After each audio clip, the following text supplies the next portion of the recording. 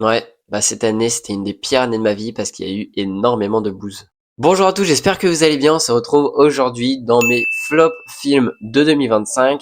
Hier est sorti les top films de 2025 et on continue aujourd'hui avec les flops. Bien évidemment, ça va arriver la semaine prochaine normalement, lundi et mardi, les tops et les flops séries de 2025 également. Et en fin de semaine, si tout se passe bien, les grandes attentes de 2026, films, séries et jeux vidéo, parce que oui, je joue aux jeux vidéo aussi, pour l'année qui va arriver. Donc n'hésitez pas à vous abonner pour ne pas rater les prochaines vidéos et à activer la cloche. Et sinon aujourd'hui pour les flops, cette année, j'ai pas eu vraiment de coup de cœur. Si vous avez vu mon top, j'ai eu quand même des grands films que j'ai beaucoup aimés. Mais il n'y avait pas beaucoup de films comme ça et c'est pour ça que j'ai eu du mal à faire mon top. Ici au flop, j'avais du choix, j'ai essayé de choisir un petit peu les films quand même où j'étais grandement déçu, où il y avait une grosse déception, où c'était vraiment nul. Et en la regardant, bah ouais, c'était une giga déception et c'était vraiment nul, ouais. Mais cette année, c'était une des années les plus vides. Blockbuster, c'était vraiment pas ouf.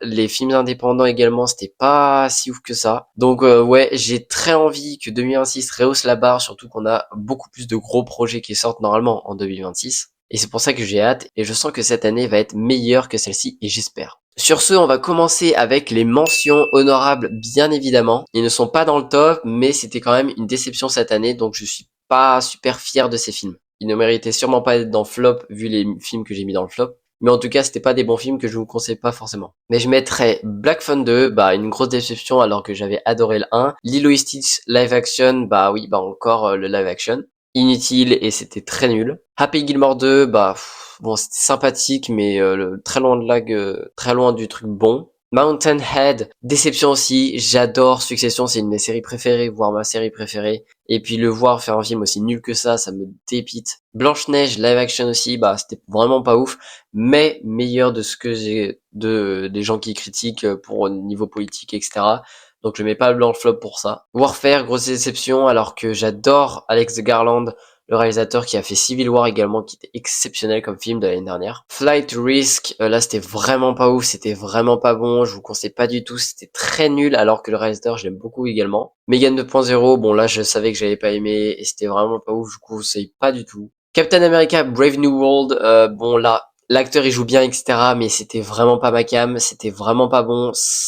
Marvel sont dans une pente très basse là, ça chute énormément. Et enfin, Minecraft, le film, bon là, je pense que vous comprendrez un petit peu, les fans qui aiment bien ce film, et je vous jure, il n'est pas ouf, hein, faut revoir un petit peu vos priorités par rapport au film. J'ai sérieusement envie que le 2 il rehausse la barre parce que là c'était vraiment décevant. Alors que Minecraft c'est une franchise que j'adore, les jeux que j'adore, et j'étais ultra déçu. Sur ce, on va commencer le flop 10, et en 10e position, j'ai mis God Save the Tuche, donc Tuche 5. Faut qu'on se mette à la culture anglaise. C'est ça, Big Ben? Avant le week-end chez les Windsor. Un petit coucou à ma commu. Coucou. Fuck you. Je crois qu'ils n'ont même pas mis le 5 sur la fiche des tuches tellement qu'il y en a et tellement que bah les gens ils viennent juste pour le nom tuche. Mais oui, encore une fois là, c'était pas bon, c'était pas drôle. Il y avait un ou deux gags qui étaient plutôt drôles, mais j'ai pas eu de gros fou rire. Les tuches, c'est une licence que j'aime plutôt bien à la française. Le premier et le deuxième, je trouve qu'ils sont vraiment sympas, mais dès le troisième, bah c'est vraiment pas bon. Et le cinquième, bah j'ai passé aucun bon moment au cinéma, c'était pas drôle du tout. Surtout le pire, je suis allé voir avec mes potes, et bah là, désolé pour le prix de la place de cinéma, quoi. Les acteurs sont pas bons, alors que la globalité dans les autres films qui jouent, et ben ils sont vraiment bons. Mais là, bah y a rien à sauver. C'est ultra décevant, c'était long pour rien, et puis le scénario, bah il est ultra aléatoire, c'était ultra bizarre. Bref, les Tuches 5, je vous conseille pas du tout. Ça se voit qu'ils n'ont plus aucune idée pour les licences et pour les prochains films qui arriveront. Et je pense, vu que je crois qu'il a fait un peu plus d'1 million d'entrées, je pense qu'il y aura quand même un Tuche 6, mais j'hésite quand même à aller le voir parce que bah ça fait un peu beaucoup quoi. Et si ils n'ont pas eu d'idée pour le 5, le 6 ils n'ont pas d'idée. Surtout que pour celui-là, c'était Jean-Paul Rouve qui est réalisé, alors on s'attendait déjà à une petite merde. Même si, quand même, hein, je vous le dis, Jean-Paul Rouve, il joue plutôt bien. D'ailleurs, j'ai vu 157 films cette année qui sont sortis en 2025. J'ai fait mon top à partir de ces listes, donc si vous voulez un peu plus de détails, n'hésitez pas à aller voir mon letterbox, il s'affiche juste ici. Donc voilà, si vous voulez aller voir mon letterbox pour avoir un peu plus de détails sur tout mon classement de 157 films de cette année, bah c'est sur letterbox. En 9e position, j'ai mis Mac Walter. On se connaît, non? Je suis Mac Walter. J'en ai fait une critique rapide sur TikTok, etc. N'hésitez pas à vous abonner là-bas d'ailleurs aussi. Mais j'adore Mr. V, j'aime beaucoup Mr. V, son humour, ce qui dégage un petit peu. Mais niveau film, bah ça l'est pas du tout. Alors que le film colle plutôt bien à son humour, je trouve vraiment, je pense qu'il a eu la totale liberté par rapport à ce qu'il voulait faire. Et ça se sent. On a à peu près 130 minutes de gag et c'était beaucoup trop long pour moi. Je pense que je le mets dans flop parce que c'est pas vraiment ma came d'humour, mais je pense que vraiment beaucoup de gens l'aimeront. Il y a des gens qui vont l'aimer plutôt parce que c'est leur humour, etc. Mais personnellement, c'est déjà pas du tout ma came et je trouve qu'il était vraiment très mal fait. Il y a zéro mise en scène, il y a vraiment pas beaucoup d'idées. C'est vraiment du divertissement, du pur divertissement, de l'humour à chaque seconde pour se faire rigoler et puis du truc vraiment barré jusqu'au max, de l'action, du barré jusqu'au max. Un peu style TikTok on swipe vite de scène par scène et de gag par gag, comme ça on garde le spectateur en haleine. Et pour moi, bah ça marche pas du tout, c'est vraiment l'action en plus, c'est vraiment la française nulle. Bref, j'ai pas du tout aimé Mac Walter et je vous conseille vraiment pas forcément, sauf si vous aimez énormément son humour de Mr. V. Même si moi je l'aime, j'ai vraiment pas aimé le film. Donc ouais, je pense qu'il y aura quand même un 2 parce qu'il a fait pas mal de vues sur Amazon Prime, je crois, mais ça m'intéresse pas du tout. En 8e position, Fixed.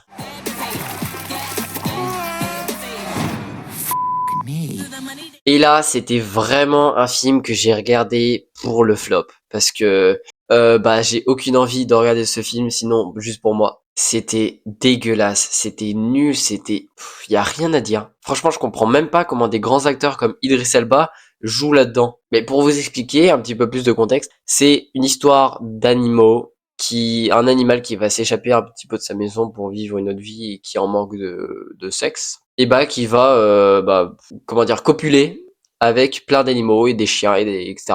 Et puis même c'est pas lui, hein, c'est tous les animaux. Bah, c'est dégueulasse. Sauf si vous êtes un détraqué, allez voir ce film hein, parce que en vrai il est plutôt sympa. Mais l'animation, en plus elle est moche. Franchement c'est ultra basique, il y a rien de nouveau. Le scénario il est basique au plus total, en plus vraiment effréné, etc. C'était vraiment 1h30 de torture parce que c'est horrible. Le scénario il est nul, l'animation elle est nulle, les musiques il y en a aucune qui me reste en tête, vraiment il y a rien du tout. Allez, peut-être les voix des acteurs et c'est pour ça que j'ai mis 1 étoile sur 5. Mais sinon, mais rien du tout à retenir, c'était vraiment mais atroce comme film. Et oui, je l'ai pas mis plus haut dans ce top, il est que à la 8e place. Parce que il y a des films que j'ai trouvé encore plus nuls, mais celui-là, encore, si on enlève ce côté détraqué, etc., il peut être assez divertissant. Mais sinon, c'est dégueulasse, c'est nul et je vous conseille pas du tout Fixed. En 7e position, c'est le remake I Know What You Did Last Summer. We are not gonna die today. Et là, bah encore, je comprends même pas comment on puisse sortir ce genre de film en 2025. C'était nul, inintéressant, j'ai franchement rien à dire. C'était vraiment le twist à la fin. Bon, c'est du Scream un petit peu nul encore, c'est du remake de Scream quoi. Mais le twist à la fin, je l'ai cramé dès les 10 premières minutes. Dès qu'on voit le personnage qui est le ou la tueuse, je savais que c'était lui ou elle. Bah, je vais pas vous spoiler, mais vraiment, je vous conseille pas du tout. C'était inintéressant, c'était moche, c'était nul. Le scénario, mais il est bancal à un point, mais immense. Je vous conseille beaucoup plus de regarder le film original de l'époque que cette bouse qui nous est sortie cette année, encore une fois. Et puis, niveau film d'horreur, c'est pas le seul qu'on aura dans ce flop. Parce que oui, en film d'horreur, autant on a eu des grands films que vous pouvez voir dans mon top, autant on a eu des gigaboosts que vous pouvez voir dans ce flop. Bref, vraiment un film inintéressant que j'ai détesté au plus haut point et c'était nul à chier. En 6e position, j'ai mis Tron Ares.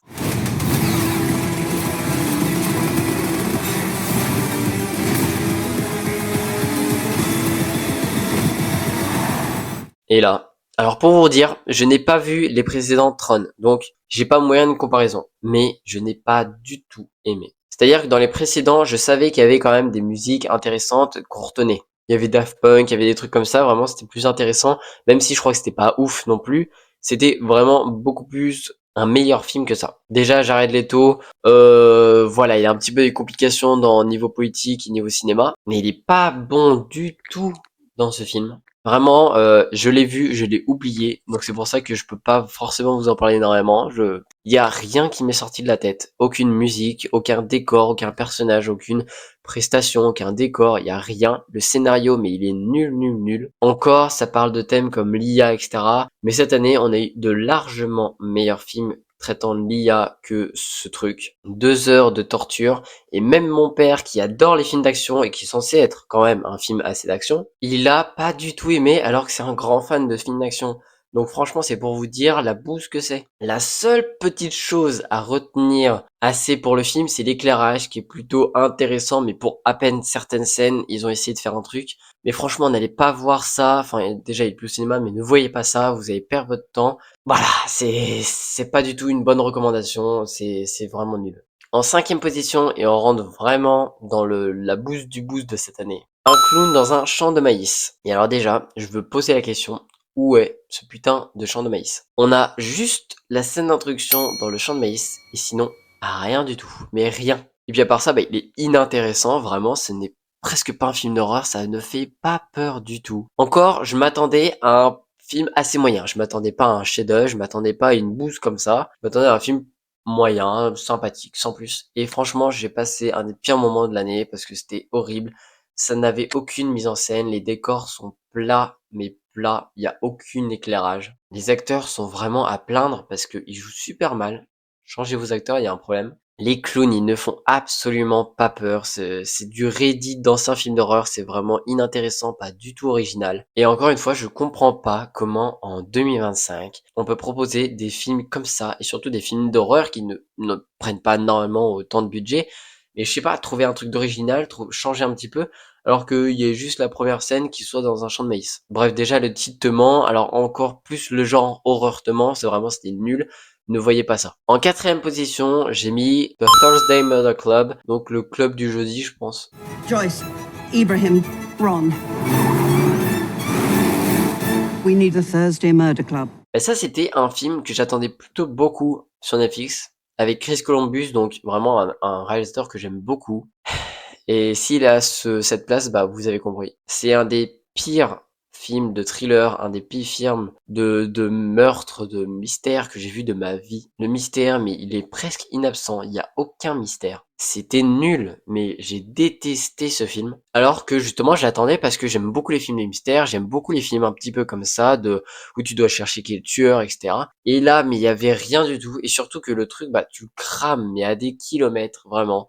Tu le regardes, tu l'oublies. Et là, en y reparlant, je viens juste de me rappeler de la fin, mais sinon, il n'y a rien du tout d'intéressant dans ce putain de film. Alors qu'en plus, j'aime beaucoup les acteurs, Pierce Brosnan, Helen Mirren, vraiment, Banks Kingsley. Il y a plein de bons acteurs et ils en ont fait une bouse monumentale. Je vous déteste Netflix. C'était 2 heures de pure torture. J'ai détesté ce film au plus haut point. J'ai crié dans mon TikTok que j'ai fait il y a longtemps en faisant une critique. J'ai détesté ce film. Vraiment, je le hais, je ne regarderai plus jamais, c'est horrible. Je conseille bien évidemment à personne parce que le scénario en plus, il a un rythme dégueulasse, il est mal rythmé. Le scénario, il est bancal à un plus haut point, je ne comprends pas comment Chris Columbus a pu accepter ça et même s'il l'a écrit et réalisé, a pu réaliser ça quoi. C'est pas du Chris Columbus, c'est vraiment nul. J'ai passé une des pires enquêtes de 2025. Allez voir plutôt Wake Up Dead Man de Netflix d'un couteau tiré, qui est bien meilleur, même s'il est pas dans mon top ou mon flop. Je l'ai moyennement aimé, mais il est bien meilleur que cette bouse de mystère qu'on nous a sorti cette année. Et là, on rentre dans le top 3, donc c'est que des films que j'ai mis une demi-étoile, et il y en a beaucoup plus que chaque année. Là, c'est que des films que je trouve, mais une bouse monumentale. C'est les pires films de cette année, voire les pires films de tous les temps, vraiment. Cette année, on a fait bon pour sortir des films de merde. Et bien évidemment, c'est 3 films de 3 pays différents, donc on commence par la France avec Le Grand Déplacement.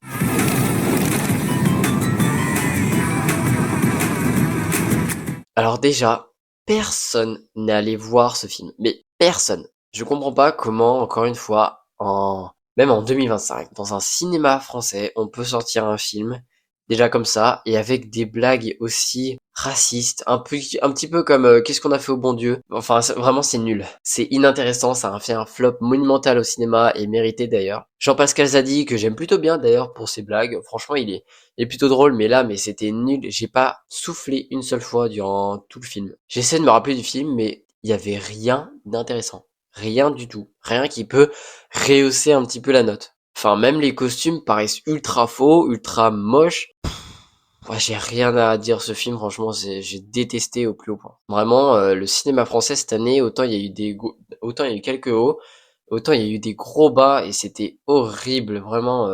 Des fois, on peut sortir des bouses monumentales et on est très fort. Passons un petit peu aux côtés du Maroc parce que je pense que ce film sera dans les flops de tous les critiques cinéma qui l'ont vu. Hein. Si vous l'avez vu, j'espère que vous les mettez dans le flop parce que Atoman est un des films, je crois le deuxième film le moins bien noté de cette année. Tout le monde a mis un demi-étoile, voilà, sur Letterboxd.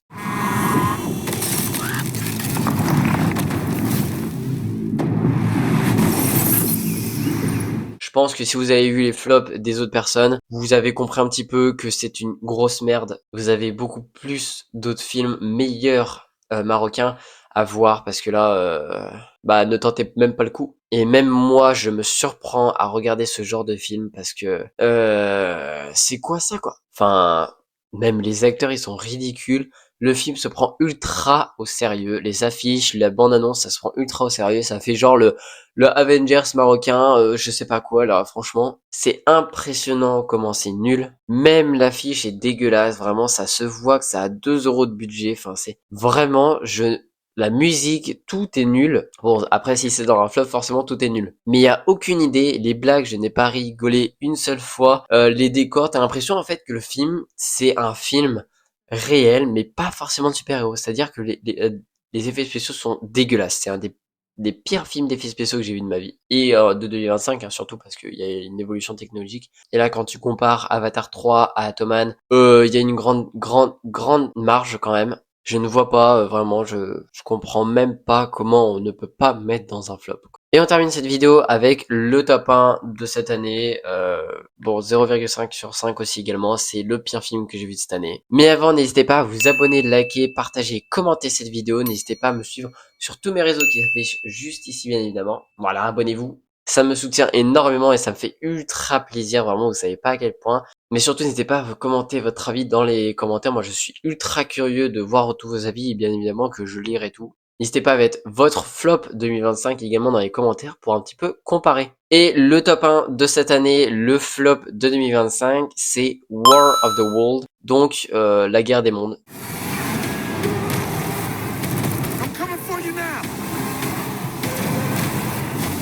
J'ai pas grand chose à dire là. Vraiment. Seulement, les 10 premières minutes, il y avait un truc. Je me suis dit, bon, je vois pas pourquoi on le critique. C'était nul, hein. Mais c'était pas non plus aussi nul qu'on me l'avait vendu. J'ai continué. Insupportable. Insupportable. Ce film dure 1h25 à peu près. Ressenti 5 heures. Bon, il a été tourné à l'époque du Covid, je crois. Il a eu des complications. Il est sorti maintenant, voilà. Sur Amazon Prime, il a eu vraiment beaucoup de complications, etc.